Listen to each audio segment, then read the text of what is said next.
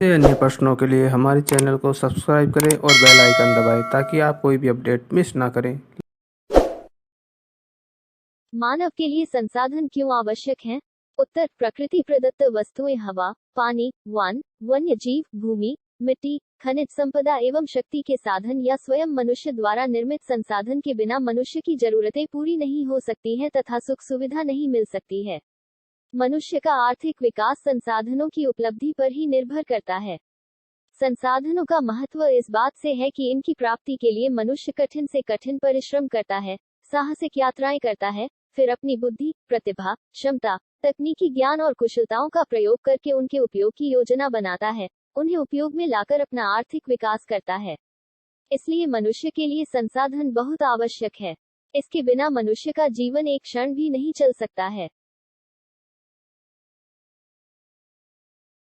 संभावी एवं संचित कोश संसाधन में अंतर स्पष्ट कीजिए। उत्तर, संभावी संसाधन ऐसे संसाधन जो किसी क्षेत्र विशेष में मौजूद होते हैं, जिसे भविष्य में उपयोग लाए जाने की संभावना रहती है, जिसका उपयोग अभी तक नहीं किया गया हो, जैसे हिमालय क्षेत्र का खनिज, राजस्थान और गुजरात क्षेत्र में पवन और सौर ऊर्जा की असीम संभावनाएं हैं। संचित कोश संसाधन ऐसे संसाधन भंडार जिसे उपलब्ध तकनीक के आधार पर प्रयोग में लाया जा सकता है। भविष्य की यह पूंजी है। नदी जल भविष्य में जलविद्युत उत्पन्न करने में उपयुक्त हो सकते हैं। ऐसे संसाधन वन में या बांधों में जल के रूप में संचित है। प्राकृतिक संसाधनों का संरक्षण क्यों आवश्यक है? उत्तर, पृथ्वी पर कोयला, पेट्रोल जैसे अनेक महत्वपूर्ण नवीकरणीय संसाधन हैं जो एक बार उपयोग होने के बाद दोबारा उपयोग में नहीं आते हैं। विकास की गाड़ी को लगातार जारी रखने के लिए इन संसाधनों का विवेकपूर्ण उपयोग आवश्यक है, नहीं तो इनकी प्राप्ति असंभव हो जाएगी। इसलिए संसाधनों का संसाधन नियोजन क्या है? उत्तर, संसाधनों का विवेकपूर्ण उपयोग ही संसाधन नियोजन है। वर्तमान परिवेश में संसाधनों का विवेकपूर्ण उपयोग हमारे सामने चुनौती बनकर खड़ा है। संसाधनों के विवेकपूर्ण दोहन हेतु सर्वमान्य रणनीति तैयार करना संसाधन नियोजन की प्रथम प्राथमिकता है। संसाधन नियोजन किसी भी राष्ट्र के विकास के लिए आवश्यक होता है। भारत जैसे देश के लिए तो यह अपरिहार्य है, जहां संसाधन की उपलब्धता में अत्यधिक विविधता के साथ साथ सघन जनसंख्या व्याप्त है। यहाँ कई ऐसे प्रदेश हैं जो संसाधन संपन्न हैं, पर कोई ऐसे भी प्रदेश हैं जो संसाधन की दृष्टि से काफी विपन्न हैं। कुछ ऐसे भी प्रदेश हैं जहां एक ही प्रकार के संसाधनों का प्रचुर भंडार है और अन्य दूसरे संसाधनों में वह गरीब है। अतः राष्ट्रीय, प्रांतीय तथा अन्य स्थानीय स्तरों पर संसाधनों के समायोजन एक संतुलन के लिए संसाधन नियोजन की अनिवार्य आवश्यकता है।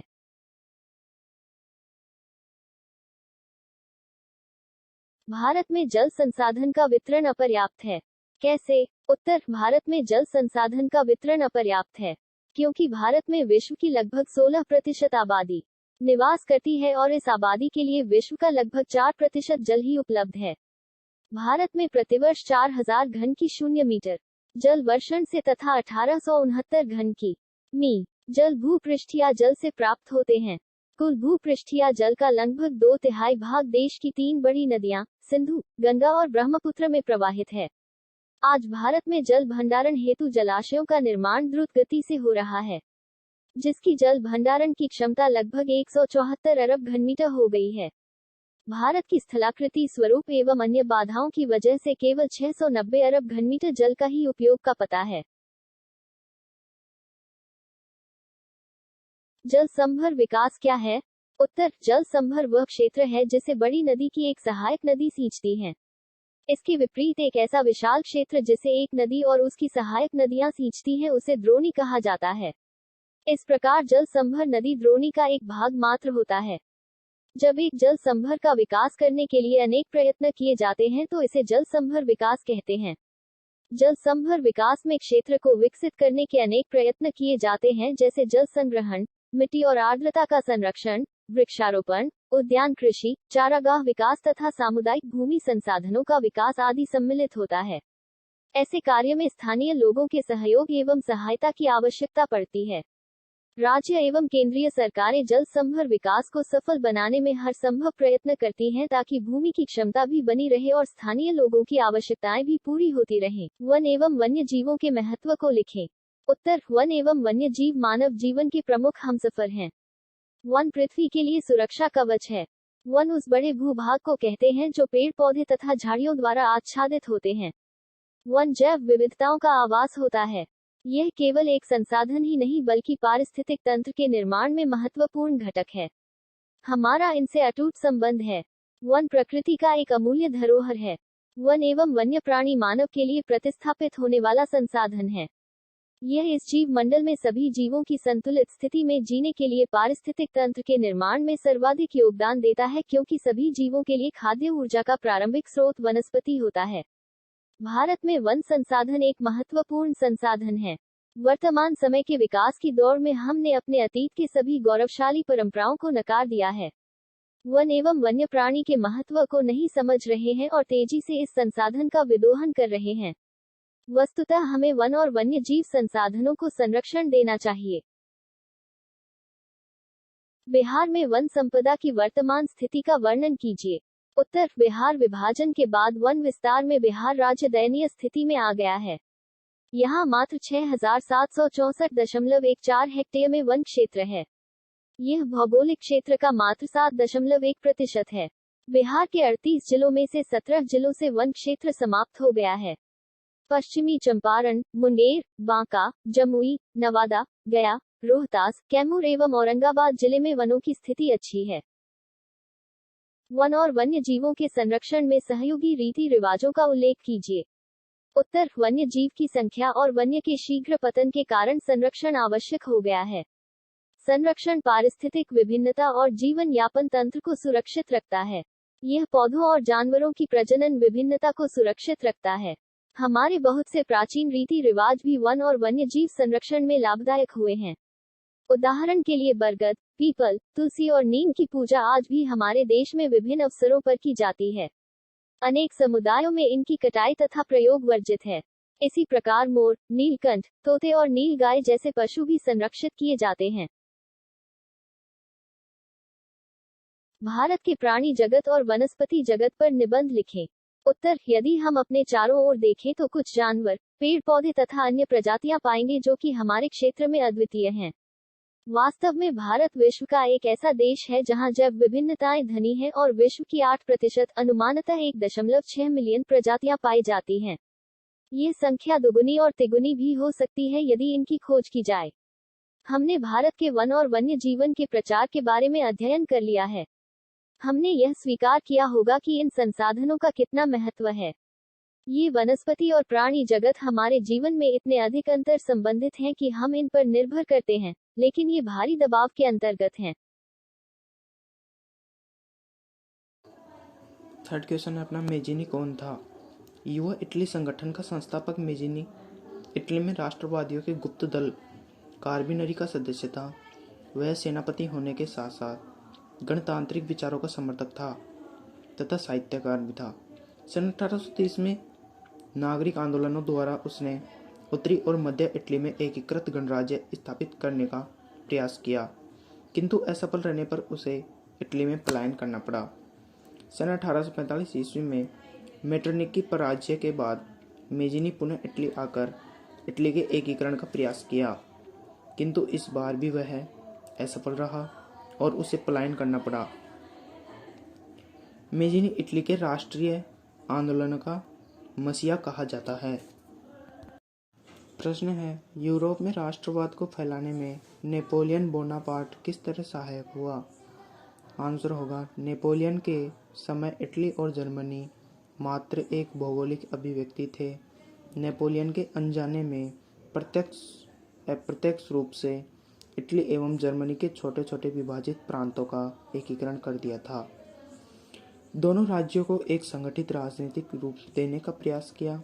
दोनों देशों में राष्ट्रीयता की भावना को जागृत किया। नेपोलियन ने समानता एवं भ्रातृत्व पर आधारित नवीन समाज का निर्माण इन देशों में कर दिया। इस दृष्टिकोण से हम नेपोलियन क्रांति को वास्तविक अग्रदूत कह सकते हैं, जिसने यूरोप के दो राष्ट्रों को संगठित होने के लिए प्रेरणा दी थी। प्रोजेक्ट टाइगर बाघ परियोजना के बारे में लिखें। उत्तर, प्रोजेक्ट टाइगर बाघ संरक्षण की दिशा में भारत में चलाई जा रहा परियोजना है, जिसे विश्व की बेहतरीन वन्यजीव परियोजनाओं में गिना जाता है। 1973 से शुरू हुई इस परियोजना के द्वारा देश में बाघों की संख्या बढ़ने लगी। 1973 में बाघों की संख्या मात्र 1827 थी, जो 1989 तक बढ़कर 4334 हो गई। भारत में 37,761 वर्ग किलोमीटर क्षेत्र पर फैले हुए 27 बाघ रिजर्व हैं। इस परियोजना का मुख्य उद्देश्य एक संकटग्रस्त जाति के जीव को बचाने के प्रयास के साथ साथ बहुत बड़े आकार की जैव जाति को बचाना भी है। अब इस परियोजना के द्वारा लोगों में बाघ संरक्षण के लिए जागरूकता पैदा करने के उद्देश्य से प्रतिवर्ष बाघों की घटती बढ़ती संख्या से लोगों को अवगत कराया जाने लगा है।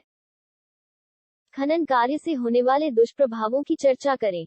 उत्तर, खनन जैसे उत्पादक कार्य से अर्थव्यवस्था मजबूत होती है, परंतु इस कार्य के कई दुष्प्रभाव भी हैं। आय, खनन कार्य के कारण संबंधित क्षेत्र की कृषि तथा वन भूमि का ह्रास हो जाता है।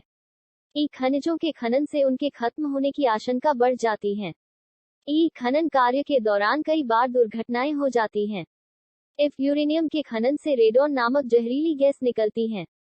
खदानों में धूल उड़ने पर सिलिकोसिस नामक दमघोंटू बीमारी ही जाती है। खनन कार्य से वायु एवं जल प्रदूषण होता है।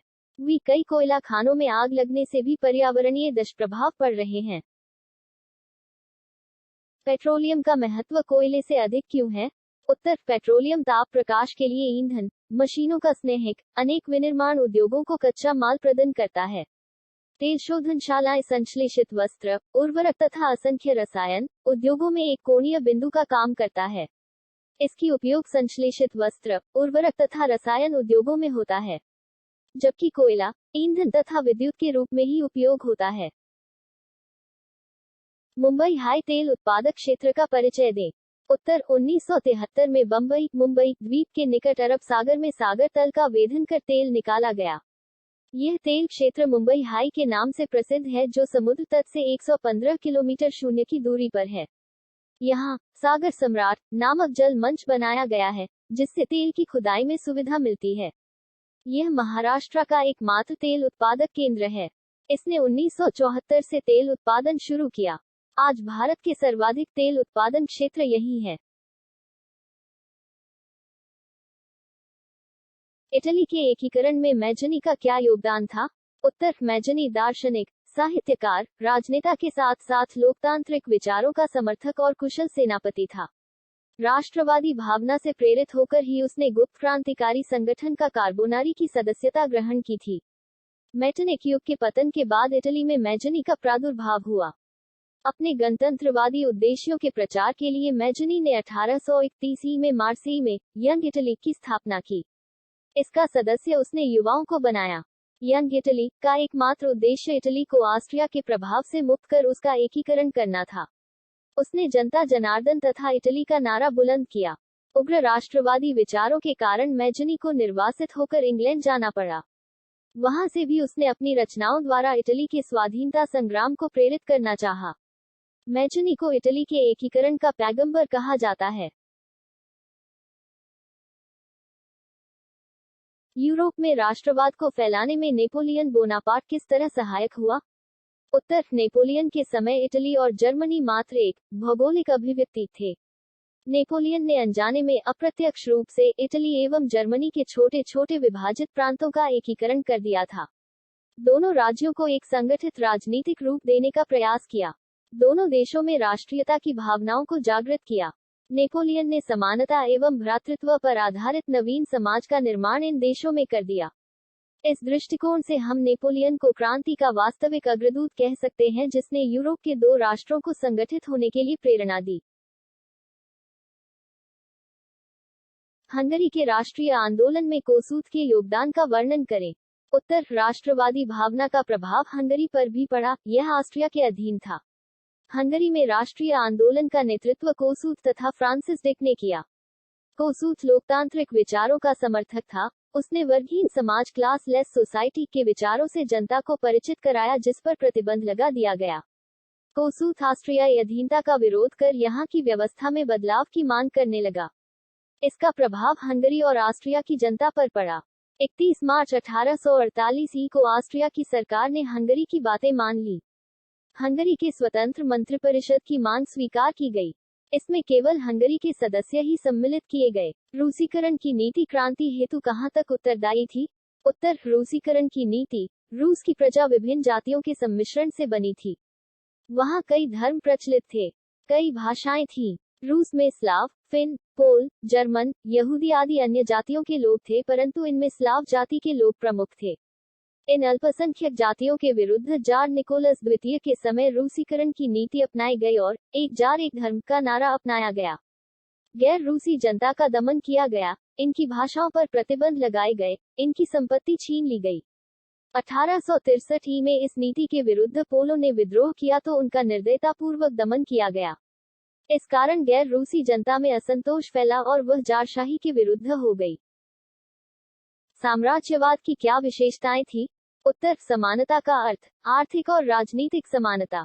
इसमें अवसरों की समानता, योग्यता के अनुसार कार्य करने का अधिकार, समान कार्य के लिए समान वेतन तथा जीवन की न्यूनतम आवश्यकताओं की पूर्ति उपलब्ध करने की भावना सन्निहित है। उसका अंतिम लक्ष्य वर्ग संघर्ष का अंत कर वर्गहीन समाज की स्थापना करना है। इस उद्देश्य की प्राप्ति के लिए उत्पादन एवं वितरण के साधनों पर राष्ट्र के अधिकार को उचित ठहराया गया है। समाजवाद के 3 मुख्य सिद्धांत हैं जिन पर सभी समाजवादी सहमत हैं। प्रथम, समाजवाद निजी पूंजीवाद की आलोचना करता है। द्वितीय, समाजवाद श्रमिक वर्ग और मजदूरों की आवाज है। एक तरफ यह व्यावसायिक वर्ग का पक्ष लेता है तो दूसरी तरफ पूंजीपतियों या मिल मालिकों के शोषणमूलक चरित्रों का विरोध करता है। तृतीय, समाजवाद धन के वितरण के संबंध में न्याय चाहता है, अर्थात उत्पादन के सभी साधनों पर समस्त जाति या समाज का स्वामित्व मान लिया जाए। रूस की क्रांति ने पूरे विश्व को प्रभावित किया, किन्हीं 2 उदाहरणों द्वारा स्पष्ट करें। उत्तर, 1917 की रूसी क्रांति के प्रभाव काफी व्यापक और दूरगामी थे। इसका प्रभाव न केवल रूस पर बल्कि विश्व के अन्य देशों पर भी पड़ा जो निम्नलिखित थे। रूसी क्रांति के बाद विश्व विचारधारा के स्तर पर 2 खेमों में बढ़ गया, साम्यवादी एवं पूंजीवादी विश्व। धर्म सुधार आंदोलन के पश्चात और साम्यवादी क्रांति के पहले यूरोप में वैचारिक स्तर पर इस तरह का विभाजन नहीं देखा गया था। एक रूसी क्रांति की सफलता ने एशिया और अफ्रीका में उपनिवेश मुक्ति को प्रोत्साहन दिया एवं इन देशों में होने वाले राष्ट्रीय आंदोलन को अपना वैचारिक समर्थन प्रदान किया। हिंद चीन में फ्रांसीसी प्रसार का वर्णन करें। उत्तर, फ्रांसीसी कंपनी हिंद चीन में प्रसार करने में सक्रिय था। फ्रांसीसी व्यापारियों के साथ साथ पादरी भी इस क्षेत्र में आने लगी। 1747 के बाद फ्रांस इन नाम में रुचि लेने लगा, किंतु अभी भी इस क्षेत्र में उसकी पकड़ कमजोर थी। 19वीं सदी में इस क्षेत्र में फ्रांसीसी पादरियों की बढ़ती गतिविधियों के विरुद्ध उग्र आंदोलन प्रारंभ हो गया। इससे फ्रांस को अपनी सैन्य शक्ति के प्रयोग का बहाना मिला। उसने सैन्य बल के आधार पर 1862 में अन्नाम को संधि के लिए बाध्य किया। इसी प्रकार 1863 में कंबोडिया पर तथा 1883 में तोनकिन पर अधिकार कर लिया। इस प्रकार 20वीं सदी की शुरुआत तक संपूर्ण हिंद चीन क्षेत्र फ्रांस के नियंत्रण में आ गया।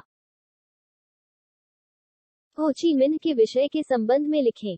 उत्तर, हो ची मिन्ह साम्यवाद से प्रभावित था।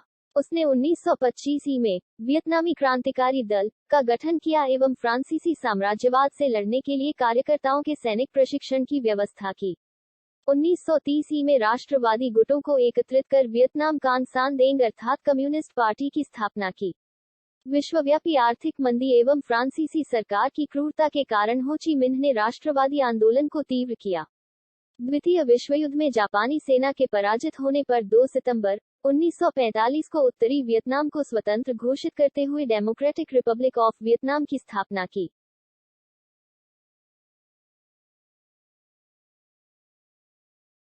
हो ची मिन्ह मार्ग क्या है? उत्तर, वियतनामियों की रसद सप्लाई मार्ग हो ची मिन्ह मार्ग था। वस्तुतः हो ची मिन्ह मार्ग हनोई से चलकर लाओस, कंबोडिया के सीमा क्षेत्र से गुजरता हुआ दक्षिणी वियतनाम तक जाता था, जिससे सैकड़ों कच्ची पक्की सड़कें पूरे वियतनाम निकलकर जुड़ी थी। अमेरिका सैकड़ों बार इस पर बमबारी कर चुका था, परंतु वियतकांग एवं उसके समर्थित लोग तुरंत उसकी मरम्मत कर लेते थे। इसी मार्ग पर नियंत्रण के चक्कर में अमेरिका ने लाओस कंबोडिया पर आक्रमण भी कर दिया था, परंतु तीन तरफा संघर्ष में फंसकर उसे वापस होना पड़ा था।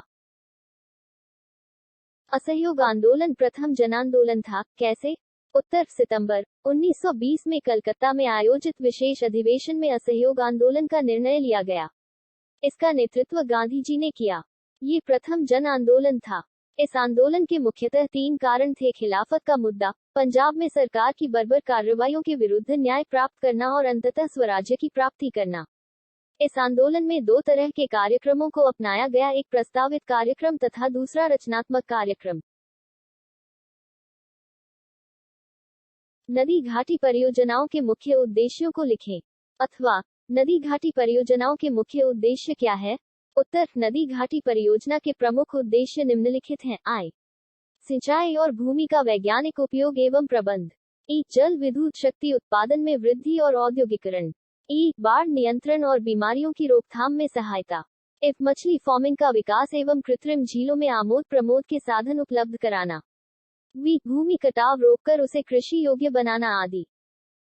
रॉलेट एक्ट क्या था? इसने राष्ट्रीय आंदोलन को कैसे प्रभावित किया? उत्तर: भारत की क्रांतिकारी गतिविधियों पर अंकुश लगाने के लिए 1919 में रॉलेट एक्ट पारित किया गया। इसके अनुसार संदेह के आधार पर ही किसी को गिरफ्तार कर बिना मुकदमा चलाए दंडित किया जा सकता था। भारतीयों में इसकी तीखी प्रतिक्रिया हुई। इसे काला एक्ट कहा गया। इसका घोर विरोध किया गया। इसी के विरोध के फलस्वरूप जालियांवाला बाग हत्याकांड हुआ। बिहार के किसान आंदोलन पर एक टिप्पणी लिखें। उत्तर: 1920 के दशक में किसानों ने अपने को वर्गीय संगठनों तथा राजनीतिक दलों के रूप में संगठित करना आरंभ कर दिया था।